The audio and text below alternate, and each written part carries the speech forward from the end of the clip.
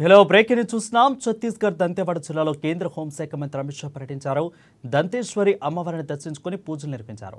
పాండు ముగింపు సభలో కూడా ఆయన మాట్లాడుతూ తాను దంతేశ్వరి మాత ఆశీస్సులు పొందారని, వచ్చే నవరాత్రి నాటికి ఎర్ర పీపస్తం అంతం కావాలని అన్నారు. బస్తర్ గొప్ప గిరిజన సంస్కృతిని దేశానికి ప్రపంచానికి చాటి చెప్పే పాండు ముగింపు కార్యక్రమంలో పాల్గొనడం ఎంతో ఆనందంగా ఉందని అమిత్ షా అన్నారు.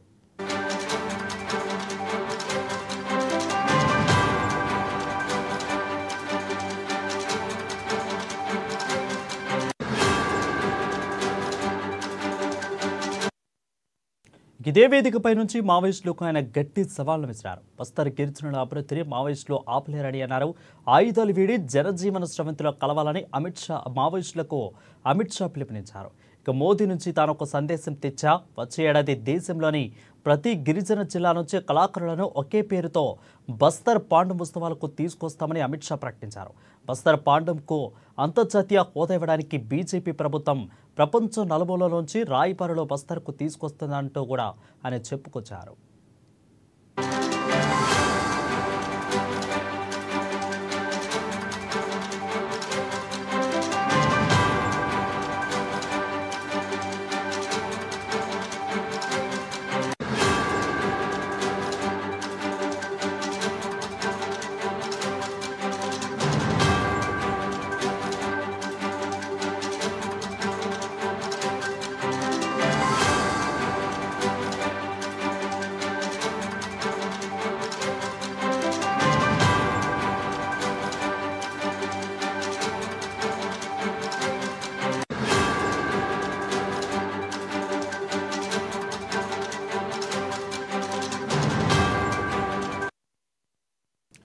ఇక్కడ చూస్తున్నాం. ఛత్తీస్గఢ్ దంతెవాడ జిల్లాలో కేంద్ర హోంశాఖ మంత్రి అమిత్ షా పర్యటించారు. దంతేశ్వరి అమ్మవారిని దర్శించుకుని పూజలు నిర్వహించారు.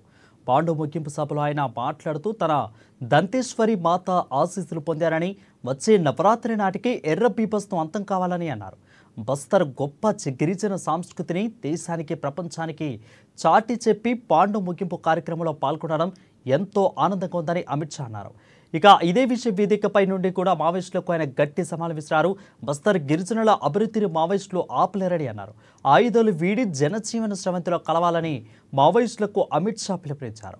మోదీ నుంచి తాను ఒక సందేశం తెచ్చా, వచ్చే ఏడాది దేశంలోని ప్రతి గిరిజన జిల్లా నుంచి కళాకారులను ఒకే పేరుతో బస్తర్ పాండం ఉత్సవాలకు తీసుకొస్తామని అమిత్ షా ప్రకటించారు. ఇక బస్తర్ పాండంకు అంతర్జాతీయ హోదా ఇవ్వడానికి బీజేపీ ప్రభుత్వం ప్రపంచం నలుమూలల నుంచి కూడా రాయబారులను బస్తర్కు తీసుకొస్తుందంటూ ఆయన చెప్పుకొచ్చారు.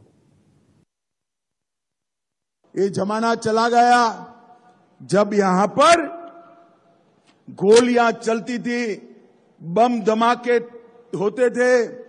मैं आज भी सभी जिनके हाथ में हथियार है वो और हथियार नहीं है वो सभी नक्सली भाइयों को विनती करने आया हूं, आप हथियार डाल दीजिए, मेन स्ट्रीम में आइए, आप हमारे अपने हैं। कोई भी नक्सली मारा जाता है, किसी को आनंद नहीं होता है, मगर इस क्षेत्र को विकास चाहिए। हमारे देश के प्रधानमंत्री जो 50 साल से विकास नहीं हुआ, नरेंद्र मोदी जी ये 5 साल में बस्तर को सब कुछ देना चाहते हैं, सब कुछ देना चाहते हैं। परंतु ये कब हो सकता है?